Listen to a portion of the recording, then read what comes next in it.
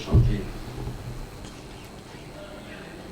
Bonjour à tous, bienvenue sur le plateau Equinox Soir, votre décryptage quotidien de l'actualité de lundi à vendredi, 19h-21h, 18h-20h en temps universel. La cérémonie de remise à la partie camerounaise du rapport de la commission mixte sur le rôle et l'engagement de la France dans la lutte contre les mouvements indépendantistes de 1945 à 1971 au Palais de l'Unité à Yaoundé le 28 janvier 2025 aura permis au président de la République de présenter en mondovision l'ampleur et la nécessité d'apporter une solution urgente au problème d'appropriation de ce pan de notre histoire par les jeunes générations. Il est de notre devoir de capitaliser les résultats de ces énergies fécondes en développant des processus de mise en œuvre des conclusions de ces travaux à travers, par exemple, l'élévation des lieux de mémoire et l'adoption de nouveaux programmes d'enseignement, ainsi que la création d'un comité de suivi en vue d'une meilleure appropriation, indiquait le président Biya.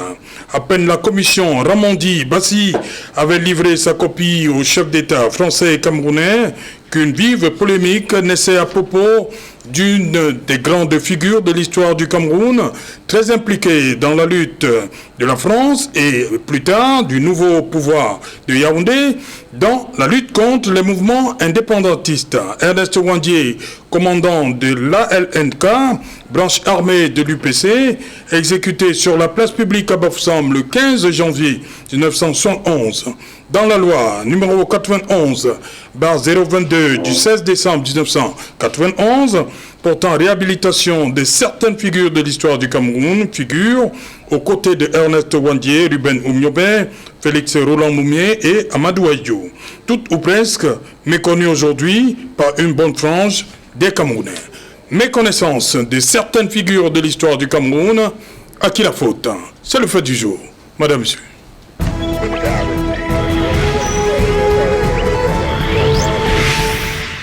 Et pour en parler, nous avons le plaisir d'accueillir sur le plateau une fois de plus. Il est là avec nous, Maurice Nunga. Bonsoir Maurice. Bonsoir Saint-Germain. Merci une fois de plus de me convier à ce plateau combien de fois important. La thématique vaut son pesant d'or.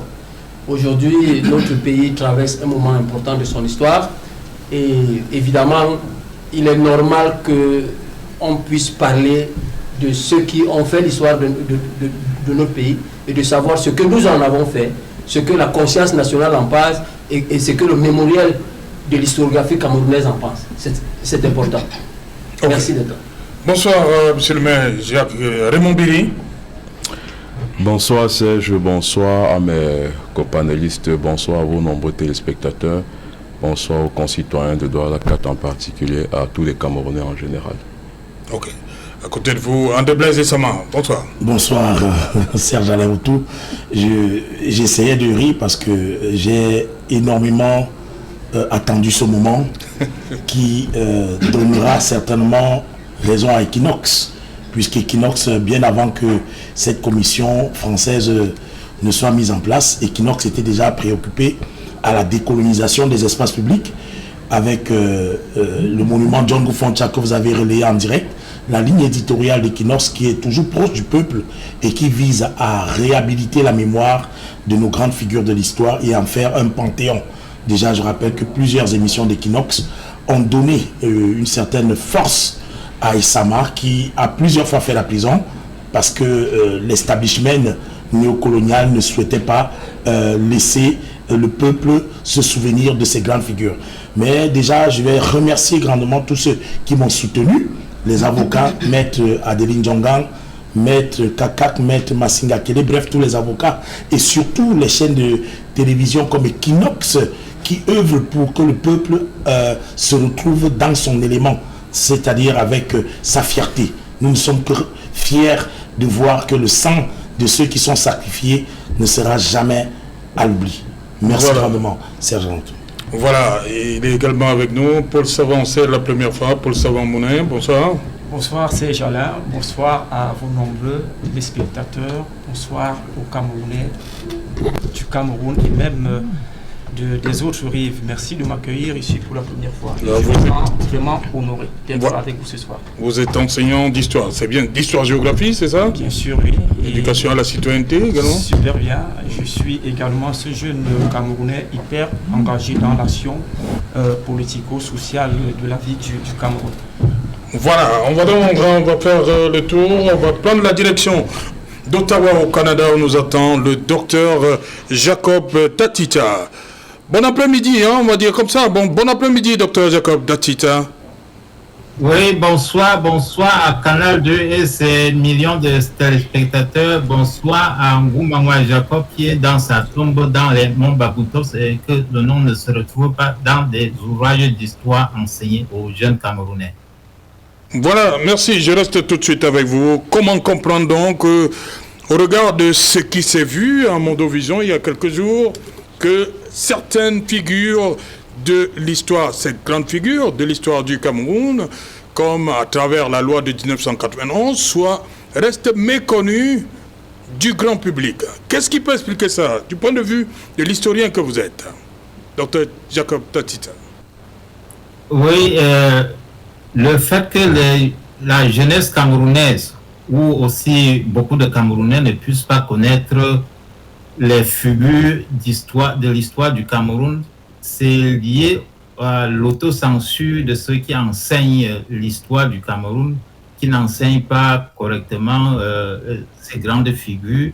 C'est aussi lié aux séquelles des lois d'exception qui ont été promulguées dans les années 1960 et qui empêchait ou faisait peur à tous ceux qui s'engageaient à enseigner ou à faire des recherches concernant ces figures de l'histoire du Cameroun. Je reste avec vous, hein. Vous parlez d'autocensure de la part de ceux qui enseignent.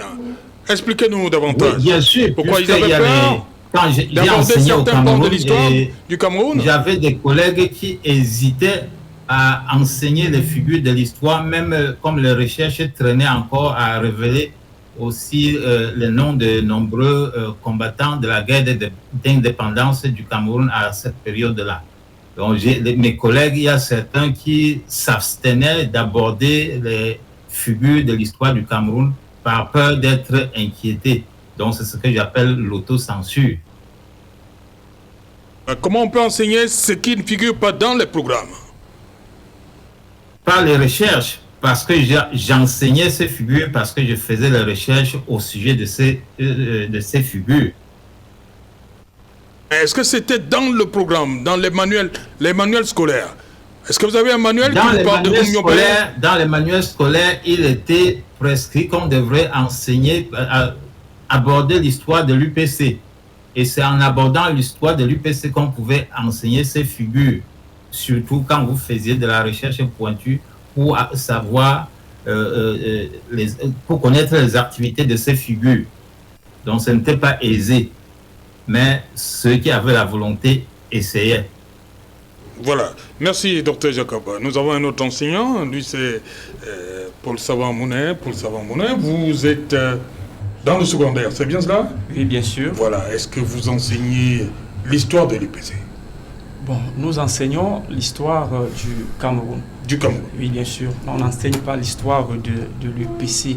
Bien sûr que dans l'enseignement, ou bien dans les contenus d'enseignement de l'histoire du Cameroun, on a certains éléments de l'UPC qui revient, oui, mais on n'entre pas dans la profondeur. Pourquoi? Oui, bon, l'enseignement n'est pas Vous fait... faites l'autocensure, comme dit Dr Jacob Datita? L'enseignement n'est pas fait au hasard. Nous suivons les programmes oui, du gouvernement. C'est par rapport à ces programmes-là qu'on dispense les enseignements. Mais c'est le gouvernement qui vous demande de ne pas entrer en profondeur, comme vous dites? Non, quand vous abordez cette partie? Non, on suit tout simplement la structuration de la leçon. Oui. Et si la leçon nous demande de parler, bien d'évoquer un élément qui traite ou bien qui développe l'histoire de l'UPC, on le fait. Mais si dans le programme, il n'y a pas du contenu qui nous permet de développer l'histoire ou encore la profondeur de l'histoire de l'UPC, on ne pourra pas le faire. Donc on travaille en fonction d'un programme et à travers ce programme, on dispense les enseignements aux élèves. Est-ce que vous avez l'impression qu'au bout, il y a quelque chose qui manque? Est-ce que vous avez l'impression d'avoir, je ne vais pas dire tout donné aux apprenants, mais est-ce que vous sentez que vous leur avez pas donné quelque chose qui est de l'histoire du Cameroun, qui compte en fait. Mais oui, du fait des programmes qu'on vous donne, vous êtes obligé de le respecter. Bien sûr, moi personnellement, je me sens en faiblesse, ou bien je me dis personnellement que non, il y a quelque chose qui manque. Ouais. Il y a quelque chose qui manque. Prenons cette histoire de figure de l'histoire du Cameroun, encore certaines grandes figures. Oui, bien sûr, certaines grandes figures. Quand on prend le cas, texte dit certaines grandes figures. Oui, quand on prend le cas de Félix Roland Mounier, ou encore de l'ancien président, l'ex-président Amadou Ahidjo, on se rend compte qu'ils sont qualifiés comme étant des héros du Cameroun. Mais la question que je me pose dans mon enseignement est que comment un héros peut être valorisé en parenthèse dans son pays, mais sa dépouille est de l'autre côté. Voilà. Oui, parce que ça pèse le terme héros. Vous posez le problème de la loi de 90, Bien qui sûr. n'est pas... Il y a l'article 3, je crois, voilà. Les dépouilles doivent, mais on dit, la famille et tout ça. Oui, c'est le grand débat avec Amadou Ahidjo. On se pose donc la question si ces personnalités en parenthèse sont vraiment des véritables héros, bien sont véritablement Donc vous avez valorisés. Vous avez un problème avec la loi de 90? J'ai un véritable souci avec la loi de 91.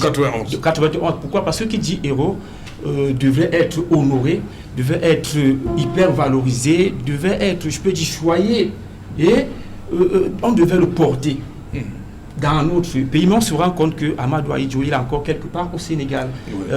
Félix Mounier est encore quelque part en Guinée-Conakry. On aimerait Vous avez regardé le documentaire présenté par Equinos Télévision la semaine dernière, vous avez vu la veuve? Bien sûr. Et au-delà... La tombe des momies a été profanée. Au-delà de ce transport de la dépouille, on pense aussi aux familles des héros nationaux qui sont parfois, je peux dire, lésés. Oui. Pourquoi? Parce qu'on parle du héros, c'est quelqu'un qui a tout donné pour le pays. Mais comment valoriser, entre parenthèses, la dite personne, mais léser la famille? Donc on devait aller au-delà de la personne, valoriser ou bien donner une certaine valeur également à la famille, savoir ce que les enfants font, qu'est-ce qu'il leur faut et tout ce que ça fait. Il y a aussi un autre petit souci, c'est de la régionalisation de ces héros-là. Oui. Je prends le cas de la statuette. Jean-Paul, une minute, justement.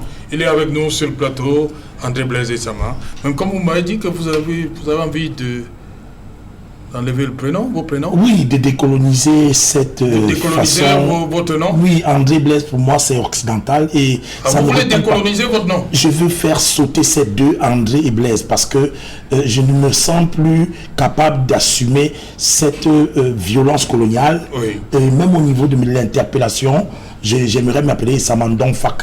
Pour rappeler, oui, pour rappeler que mon père, Dieudonné, a énormément travaillé pour mon éducation.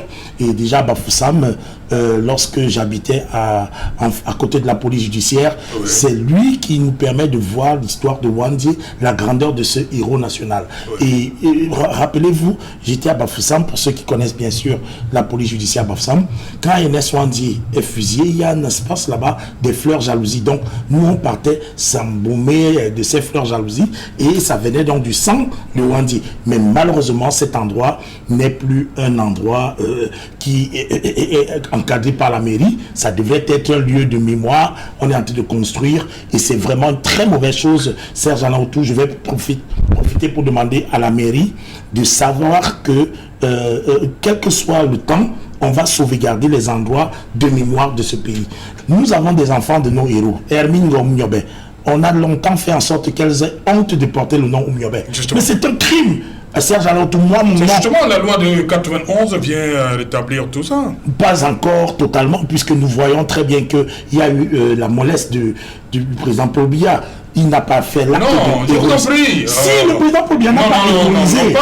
Non, pas de qualificatif. Il faut le décret de héroïsation. Non, pas de qualificatif. Je vous en prie. J'ai dit...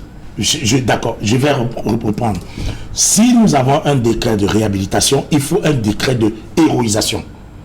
Le Burkina Faso nous regarde. Serge Alain Autou, là-bas, Thomas Sankara a eu un décret de réhabilitation, ensuite un décret de héroïsation. C'est ça qui va faire Donc vous trouvez qu'il manque quelque chose dans la loi de 91? Tout à fait. Et c'est ce qui va permettre qu'on ait des universités au Miobé, des aéroports Douala Mangabel, que nous ayons des boulevards. Vous avez commencé, il a embrayé tout à l'heure, vous avez commencé un certain 26 mai 2018, vous avez voulu ériger la statue de Ruben Oumniobé du côté de l'avenue Oumniobé. Oui, de ce point-là, mais on vous a stoppé net. Oui, les égoïsmes de certaines communautés, je parle par exemple du canton Bel, parce qu'ils veulent à tout prix qu'on mette d'abord Douala Mangabel, mais il n'y a pas de préséance en matière d'héroïsme. Tous ont versé le sang, que ce soit Douala Mangabel, que ce soit Oumniobé, leur sang est... C'est-à-dire il n'y a pas de préséance. Quand tu es héros pour toute la nation. Que ce soit la photo de Douala Mangabel, c'est chez moi. Que ce soit Oumniobé, vous viendrez, vous verrez que la photo de Oumniobé est bien disponible. Que ce soit Félix Moumié, Lord Priso. Donc le tribalisme et le repli identitaire ne peuvent pas entrer dans l'esprit de quelqu'un qui est suffisamment amoureux de ses ancêtres. Quand on chante au Cameroun, berceau de nos ancêtres, soyons comme au Congo, où Patrice Lumumba est même honoré au-delà. On ne cherche pas à connaître où est la tribu de Patrice Lumumba. Mais au Cameroun, on dit Oumniobé, c'est un bassa, allez le mettre en doko. C'est pas normal. Il faut bien que nos parents soient patriotes, suffisamment patriotes, et que le chef de l'État reconnaisse que c'est parce que lui-même, il ne s'est jamais prosterné sur la tombe de Ruben Oumniobé, que ce soit sur la tombe de Ernest Ouandi, que ce soit sur la tombe de Douala Mangabel. Le manque de ces images font en sorte que les élus, Monsieur le maire pourra bien démentir s'il a déjà une photo sur la tombe de Oumniobé ou de Ernest Ouandi ou de Félix Moumié. S'ils l'ont fait, je vais m'excuser. Ok. Voilà, justement, monsieur le maire, dans cette sortie, lors de la remise à la partie camerounaise du rapport commission mixte sur le rôle et l'engagement de la France dans la lutte contre les mouvements indépendantistes 1945-71 au Palais de l'Unité, le président Biya disait qu'il est temps que l'on adopte de nouveaux programmes d'enseignement. Le président lui-même pense qu'il est temps que ce pan de l'histoire du Cameroun soit enseigné aux nouvelles générations, comme je l'appelle. Une bonne chose? Bien, d'abord, quand je regarde l'intitulé de votre émission, mes connaissances des grandes figures de l'histoire du Cameroun. Quelle faute? Je pense même pas qu'il y a mes connaissances des grandes figures de l'histoire. Je ne suis contre personne sur ce plateau, sauf le titre que je vois là. Il n'y a pas mes connaissances. Pour une simple raison que, vous voyez, c'est pas monsieur le maire aujourd'hui, moi je vais déclarer ma casquette d'enseignant de grade d'assistant d'université aujourd'hui. Oui. Modestement, je donne le cours d'histoire politique et constitutionnelle du Cameroun aux étudiants de première année des métiers du droit à l'école des métiers du droit et de la gouvernance à l'Université catholique Saint-Jérôme de Douala. Et après avoir donné 30% de mon cours cette année, justement on a abordé la question. Et je leur donne un devoir, je leur dis le rôle de l'UPC dans le processus d'indépendance du Cameroun, mythe ou réalité. J'ai donné comme ça un sujet aux enfants. Et les enfants se sont mis dessus, sans avoir reçu la partie du cours qui était consacrée, tout un chapitre à l'UPC, qui allait de 1945 jusqu'en 1971. Et j'ai constaté que les enfants répétaient ces noms, Ernest Ouandi, Oumniobé, Félix Roland Moumié, tous ces noms revenaient. Donc pour vous, il n'y a pas mes connaissances? Pour moi, il n'y a pas mes connaissances. Et quand j'ai lu ce que ces enfants ont écrit, mais ces enfants sont dans la labellisation de ces héros-là, tout simplement. J'ai 30 étudiants et je les ai fait un message tout à l'heure, je vais leur faire un clin d'œil. Bon, il n'y a pas pour moi mes connaissances. Pour nous qui avons la chance d'avoir grandi dans les quartiers populaires, on sait quoi faire un moment à 200 francs. Vous entrez dans ce salon-là, vous trouvez les photos de nos héros. Vous entrez dans les snack bars aujourd'hui, c'est les photos de ces héros qui pilulent. Est-ce que la photo suffit? Mais ça participe de la popularisation de l'image, oui, de rendre hommage à ces héros de la nation là tous. Vraiment, je ne suis pas très d'accord. Et puis les enseignements ont des syllabies. Je ne sais pas comment ça se passe dans l'enseignement secondaire, mais nous, dans l'enseignement supérieur, quand vous apportez, c'est l'institution qui décide le contenu que vous donnez à cet enseignement. Nous, quand on nous a proposé ce cours par la tutelle d'un Gandéro, on a regardé, on a trouvé qu'on ne faisait pas assez cas de ces figures-là. On a mis tout un chapitre qui parle de ces héros-là pour édifier nos enfants. Et on a trouvé même que les enfants étaient très bien avancés sur la connaissance de ces héros, tout simplement.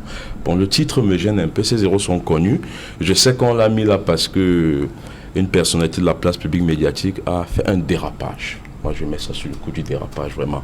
Avec toute la sympathie que je dois à mon père, Elimbi Lobé, je sais qu'au fond, c'est un dérapage. Et si ce n'était pas un dérapage, moi, je condamne tout simplement qu'il ait traité un héros comme Ernest Ouandi de bandit.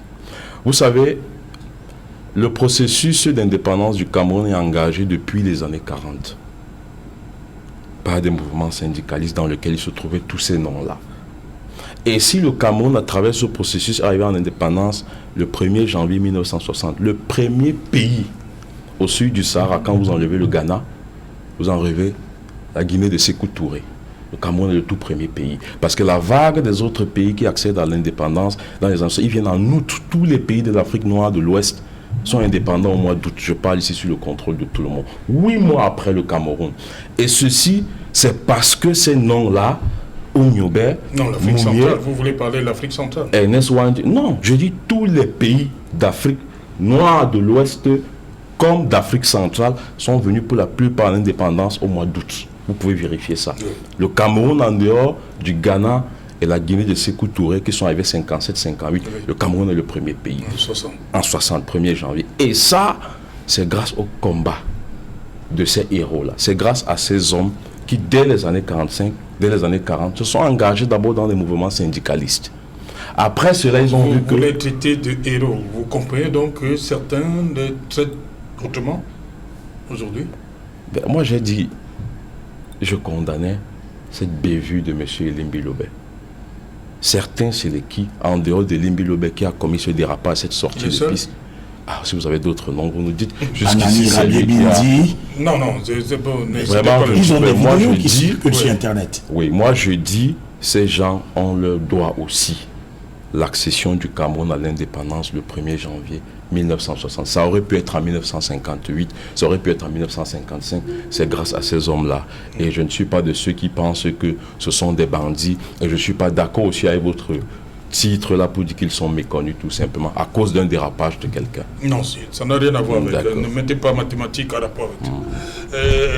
Maurice Nunga, justement, vous pensez qu'ils sont véritablement connus, ces figures?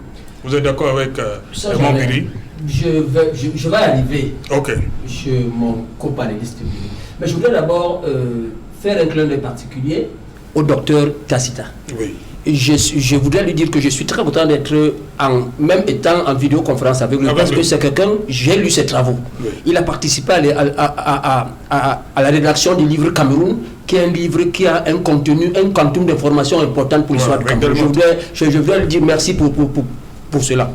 Alors, je voudrais dire que ces gens-là, de tous les pays d'Afrique noire francophone, le Cameroun est le seul pays où la lutte pour l'indépendance a cristallisé autant de salive et de sang. Le Cameroun est le seul pays dans lequel la lutte de libération est passée de la structuration intellectuelle-politique à la lutte armée. C'est le seul pays d'Afrique noire. Et je voudrais de prime abord poser les 3 spécificités du Cameroun.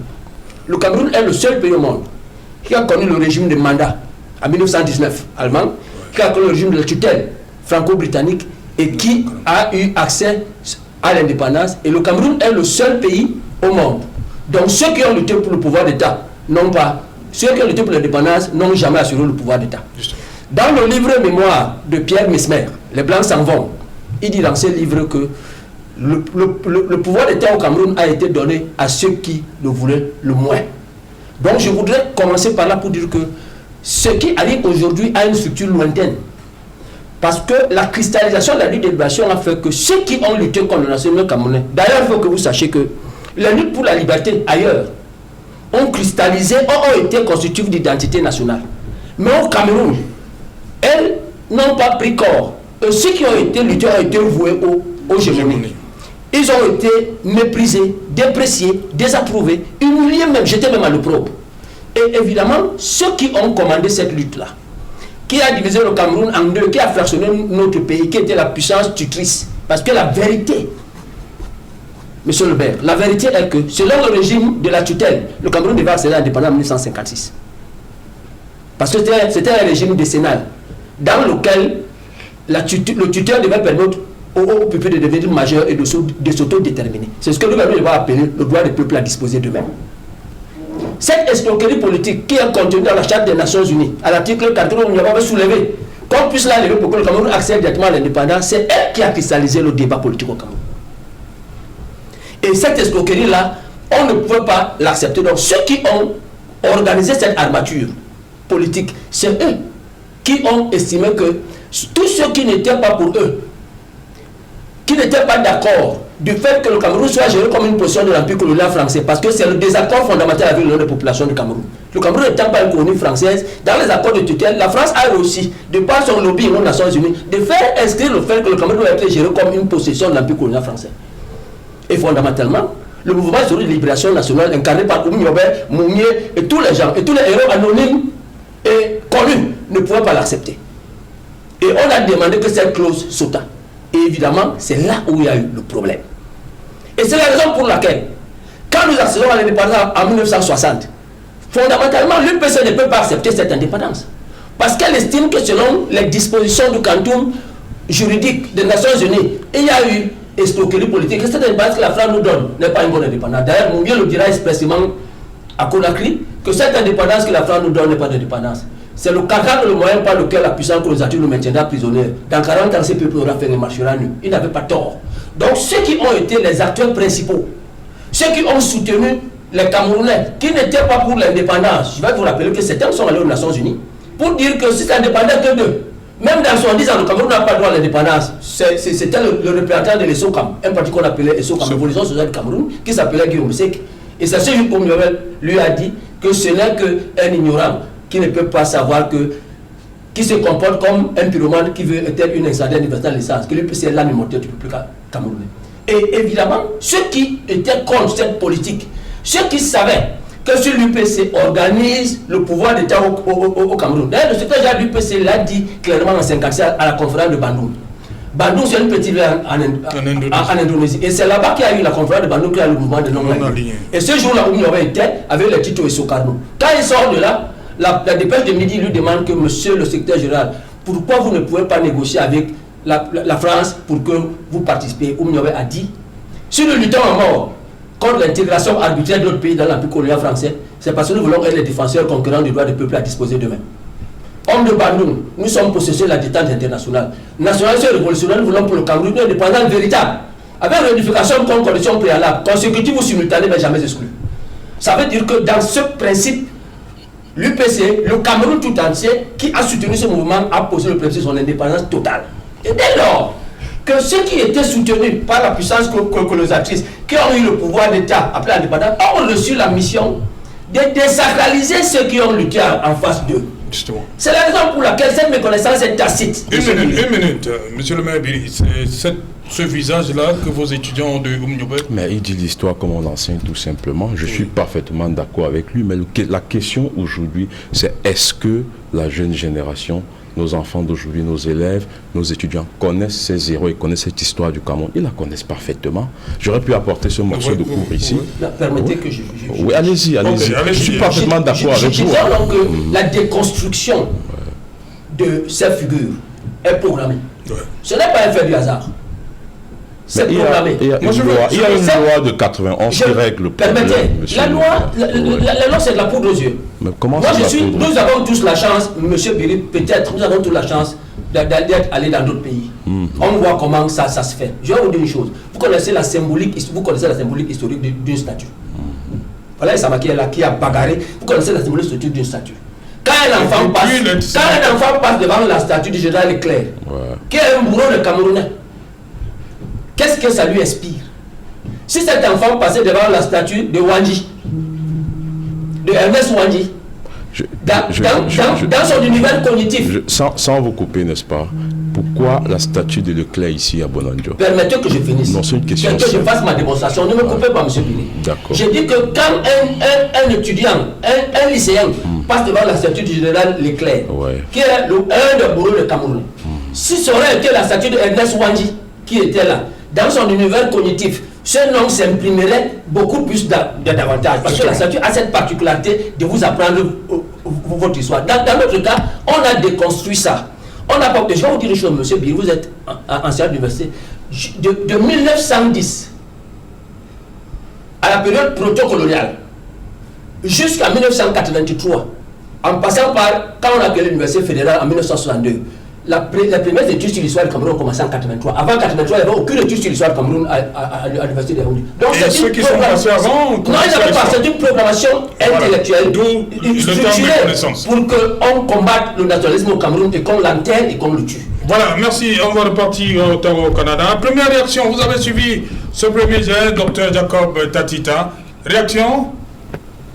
Oui, ce que j'aimerais qu'on retienne d'abord de mon passage sur votre plateau, c'est que j'aimerais expliquer un peu ce qu'on appelle par indépendance nominale. Parce que aujourd'hui, beaucoup de gens disent que le Cameroun était indépendant depuis 1960. En réalité, le Cameroun a eu une indépendance nominale. Une indépendance nominale parce que dès 1950, l'administration française, notamment les stratèges de la direction des plans, envoient une note à la hiérarchie française dans laquelle il recommande que la France puisse investir dans les secteurs clés de l'économie camerounaise, notamment dans le domaine des ports, dans le domaine des chemins de fer, et puis dans le domaine des terrains stratégiques comme les aéroports.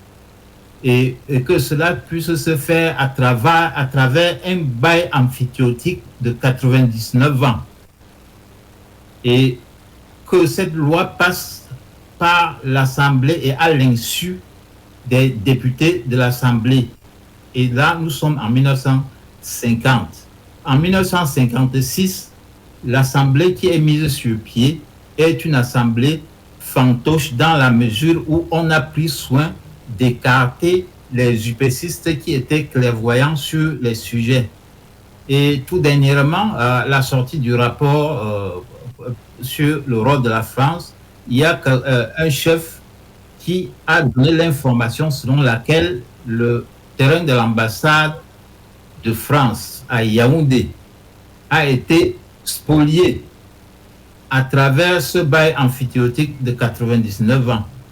Ce que je voudrais, c'est l'un des points que j'aimerais qu'on retienne de mon passage. Le deuxième point, c'est qu'en 1955, en 1954, après la chute de la France en Indochine, le colonel Lacheroy a envoyé au Cameroun une leçon de guerre révolutionnaire qui est un document dans lequel il retraçait les différentes erreurs commises par la France en Indochine et puis qu'il fallait rectifier le tir au Cameroun. Et pour cela, quand Roland Pré a été envoyé au Cameroun, lui, il a pris soin d'élaborer une circulaire à base de ces erreurs d'Indochine. Et cette circulaire prescrit la contre-propagande et la propagande.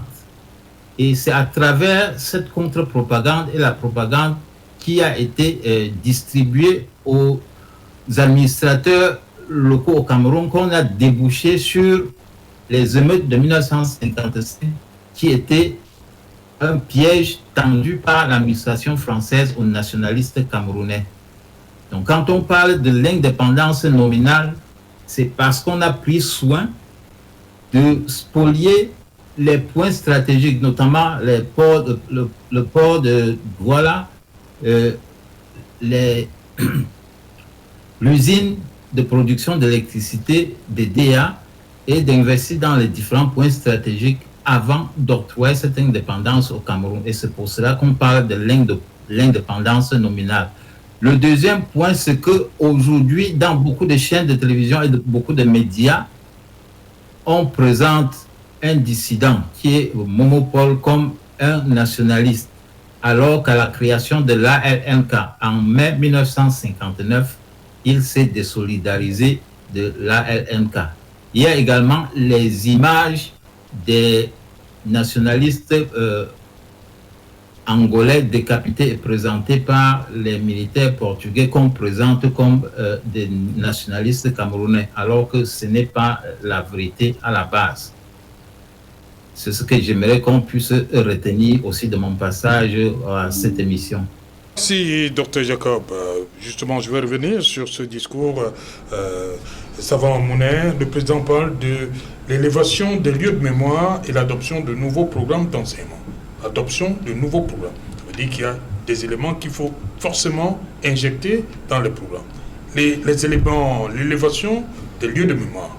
Comme il a dit, il est temps que, ne serait-ce que ces 4 figures, qui est des lieux de mémoire pour ces 4 grandes figures, d'après le texte de la loi de 91. Bon, nous avons l'habitude d'écouter les discours ou encore les promesses du président de la République ou encore du gouvernement du Cameroun. Mais ce qui pose problème, c'est la faisabilité. Justement. Oui, c'est le rendu sur le terrain. C'est véritablement ce qui freine notre pays aujourd'hui. Pourquoi? Parce que à chaque fois, on va dire que bon, voilà tel projet, on va faire comme ceci pour l'accompagner, mais 2 années, 3, 4, 5 ans, on se rend compte que rien n'est fait sur le terrain. Le discours avait été apprécié sur le terrain, mais nous attendons véritablement ces nouveaux programmes pour parler aux Camerounais, bien pour montrer à la jeune génération le contenu, le véritable contenu historique du Cameroun. Mais avant cette faisabilité, on doit dire aux Camerounais que nous avons de véritables héros et nous devons les honorer. Cet honneur doit commencer au niveau de ceux qui gèrent le pays. Au niveau de ceux qui gèrent le pays. Je vais revenir sur le cas de la statue de Ruben Oum-Niobé. On ne peut pas me dire que ceux qui sont considérés comme les auxiliaires de l'administration se lèvent un beau matin et décident de casser une telle œuvre. Mais le gouvernement qui est de l'autre côté reste observateur. Ça pose problème. Nos Camerounais, citoyens camerounais, on se pose des questions. Mais comment on peut réhabiliter la mémoire de ces gens? On les traite ainsi sur le terrain, mais ceux qui sont chargés d'apporter la paix, l'équilibre social, etc., restent observateurs. Voilà Donc vous avez un problème, la loi les réhabilite en 91, oui. En 2018, André Blaise et Sama décident d'ériger, entre guillemets, la statue de Ruben Oum-Niobé au niveau de Bali, c'était ça? Mais il y a une opposition. Il y a une véritable opposition. Vous ne comprenez pas le silence des autorités? Pas du tout. Et je continue sur les dates de commémoration de oui. Je prends le cas de Ruben Oum-Niobé toujours. Ça se passe souvent le 13 septembre de chaque année. Oui. Vous allez vous rendre compte que cet événement est régionalisé. Voilà. Oui, ou encore... Juste une petite cérémonie à Ezeka, peut-être... D'un parti politique. Pourtant, ça devrait être un événement national. À qui la faute? Une fois de plus. Un véritable point d'interrogation. Un véritable point d'interrogation. Nous connaissons, on ne peut pas dire que la faute vient de quelqu'un ou bien d'une institution, mais nous connaissons ceux qui portent le pays et ceux qui devraient normalement encourager les Camerounais à aimer, à valoriser et à donner une certaine plus-value à ces grands nationalistes qui sont des véritables héros du Cameroun. Donc on va apprécier en quelque sorte l'action du gouvernement, mais nous attendons la faisabilité sur le terrain. Voilà. André Blaise et Sama, je ne peux pas encore vous appeler André Blaise. Voilà. Pas encore. Justement. André Blaise et Sama, il parle d'une espèce de régionalisation des héros. Vous voyez, le 15, on l'a vu, le 15 janvier avec Ernest Ouandié, on a vu quelques UPCistes de sa tombe. Il prend également le cas avec Ruben Oum-Niobé en septembre. Qu'est-ce qui, selon vous, peut expliquer cela? Alors que ces figures-là ont été réhabilitées en 1991. L'oppression coloniale. Il est question d'oppression coloniale en ce sens où le colon voulait diviser pour mieux régner. Et comprendre cela, c'est justement avec les laissez-passer de l'époque où pour arriver dans telle zone, il fallait présenter un document. Et les colons participaient ainsi à faire en sorte qu'ils aient le pouvoir sur plusieurs parties de notre terre. Je prends un exemple. Pourquoi la partie de communauté du littoral se semble différente de la partie de Meyo, ou bien la partie du Noun, avec ce qui s'est passé à Meyo? Parce que le logiciel colonial est venu dire à ton frère, tu n'es pas comme l'autre, parce que lui parle l'autre langue.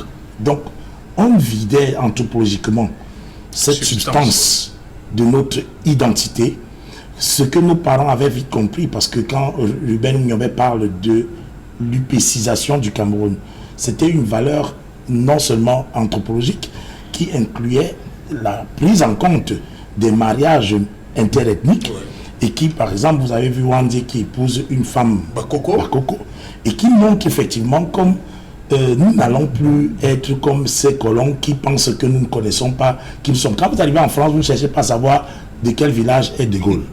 Quand vous arrivez aux États-Unis, vous ne cherchez pas à savoir de quel village est George Washington. Donc cette petite division participait et participe même jusqu'à présent à entretenir le déni d'identité souveraine.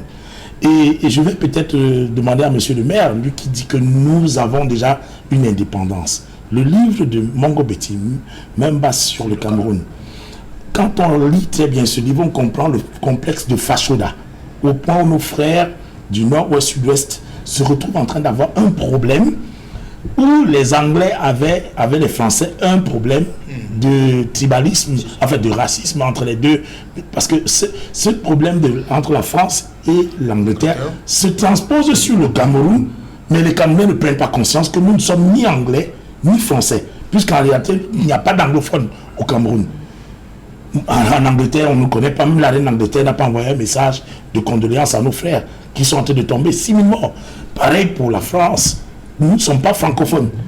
C'est pour ça que j'ai même dit dans mon identité, je ne veux pas les noms André Blaise. Parce qu'en réalité, si on prend conscience que nous ne sommes pas francophones, on ne nous connaît pas en France. Donc si c'était l'Inde qui venait vers nous, on devait aussi être indiaphone. Bref, si c'était terrible. Donc en fait, nos pères d'indépendance ont très vite compris et Nyobé participait déjà en tant qu'instituteur avec Ernest Wandé à décoloniser les esprits, à décoloniser les mentalités, à permettre à ce que un frère, par exemple, du côté du Noun, quand il dit des ticards, il doit se sentir fier d'être africain, un point, un trait. Tu ne dois pas avoir dans la constitution d'un pays indépendant les notions de autochtones et allogènes. Ça n'a pas de sens, Sergent Lotou. Allez en France, montrez-moi les autochtones et montrez-moi les allogènes. Ça n'existe pas. Donc il n'y a que dans des pays où on n'a pas encore compris la portée nationaliste des pères qu'on peut encore voir des petits égarements comme ceux-là où Meilleur se retrouve en train d'avoir des personnes qui sont africaines, mais lui qui est en train de casser les magasins de ses frères africains, il ne trouve pas que le franc CFA, franc des colonies françaises d'Afrique, est une imposition coloniale que lui doit combattre, parce que c'est ça qu'il faut combattre pour permettre l'élévation du standard de vie des populations, comme Ruben Nyobé. Je vais prendre une petite anecdote. Oui. Le grand combattant Bwendi Jean, c'est un hommage que je rends à ce grand combattant. Jean Bwendi a remis 4 millions de francs à Nyobé pour qu'il aille aux Nations Unies. Pourquoi n'a-t-il pas donné à un Bamileke? Vous voyez donc la portée de notre national. Non, je vais dire, parce que même le mot Bamileke était une injure. Non, ne rentrons pas là. C'est les colons qui avaient installé ce mot Bamileke. Oui, ne rentrons pas là. Je voulais peut-être faire allusion à ceci. François Hollande dit, nous nous reconnaissons les violences qu'il y a eu dans les pays Bassa et Bamileke. Qui est-il pour connaître Bamileke et Bassa? Qui est-il? Et son prédécesseur avait carrément nié, parce que plusieurs personnes disent non, il n'y a rien eu. Je suis en train de vouloir rappeler que le négationnisme a longtemps perduré et que monsieur le maire nous aide. Monsieur le maire, acceptons que nous ne sommes pas encore indépendants, puisque même la monnaie que nous utilisons, c'est à l'achat barrière. Nous voulons une véritable décolonisation, puisque le 15 mars qui approche, Osenda Fana Castor a été décapité à Mouloundou, et nous devons nous prosterner sur sa tombe, mais on ne connaît même pas où est sa tête. Les Français ont remis les têtes des grands héros algériens. Si en Algérie, Emmanuel Macron, pour battre la campagne, a dû reconnaître en prenant la parole que la colonisation était un crime contre l'humanité. Mais nous, si nous ne serons pas la patate qui a accepté d'être mangée crue, monsieur le maire, nous ne mettons pas à faire comme un certain Lobet. Parce qu'il y a un Lobet, je ne parle pas de Limbi Lobet, qui, le jour où on posait le monument du négrophobe Leclerc, Philippe Otokloka Bonanjo, était venu faire un discours de soumission du peuple camerounais. Les archives sont là. C'est terrible. C'est-à-dire qu'un Camerounais vient, un peu comme ceux qui étaient venus poser la bénédiction sur le monument de la statue d'une Française à Bonakwama, en disant que et pourtant il n'y a même pas une certaine Henriette Ekoué, il n'y a pas une certaine figure femme camerounaise sur les espaces publics. Voilà le 8 mars qui approche. Sarah Etongue n'est pas honorée, mais on ne voit pas comment ces autorités traditionnelles viennent encourager les femmes. Mais on prend une Française qui n'est même d'abord pas connue en France, Sylvie Blocher. On ne voit même pas ce qu'elle représente. Elle demande pardon. On ne demande pas pardon en posant son monument. On ne vient pas reconnaître les crimes et les affres du génocide français en posant un monument.